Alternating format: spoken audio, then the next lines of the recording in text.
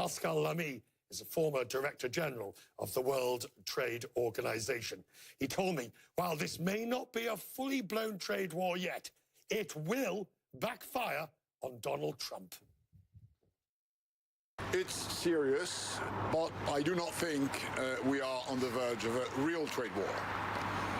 It's more than what the US administration has done so far in terms of implementing the protectionist agenda of Mr. Trump. And yet, I don't think it's a real breakthrough. This was to be expected.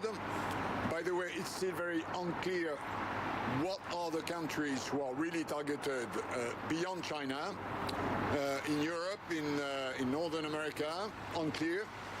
And it's a typical old-fashioned protectionist measures. It's not the first time the US imposed some sort of trade restrictions on steel. It's on the ground of national security, which for most of us is extremely overstretched. Why not potatoes or shoes, who really matters also for soldiers?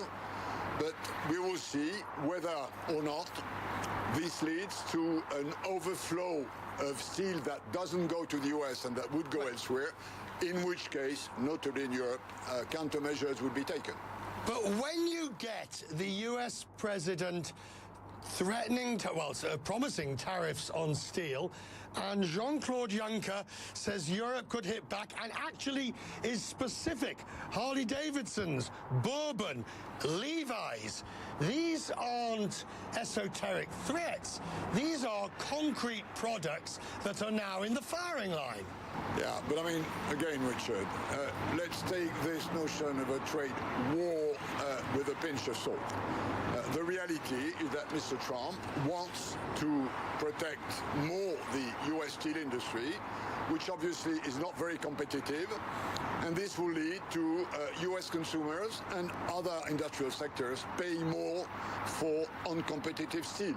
At the end of the day, nobody, at least on this side of the Atlantic, believes it's a good thing for the US. It's a bad thing. It will backfire, as it did in the past. Remember, last time the US imposed a safeguard on steel, and I have some reason to remember that because I was EU Trade Commissioner at the time. They had to remove it because it impacted too much sectors like the car industry or the machinery industry. Right. So let's get right to the bottom of this. When President Trump tweets, trade wars are good and winning this one will be easy, is that helpful?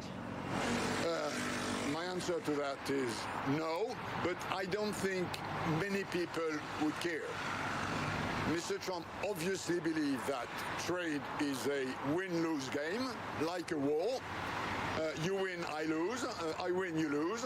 Most of the people on this planet do not believe that trade is a win-lose game.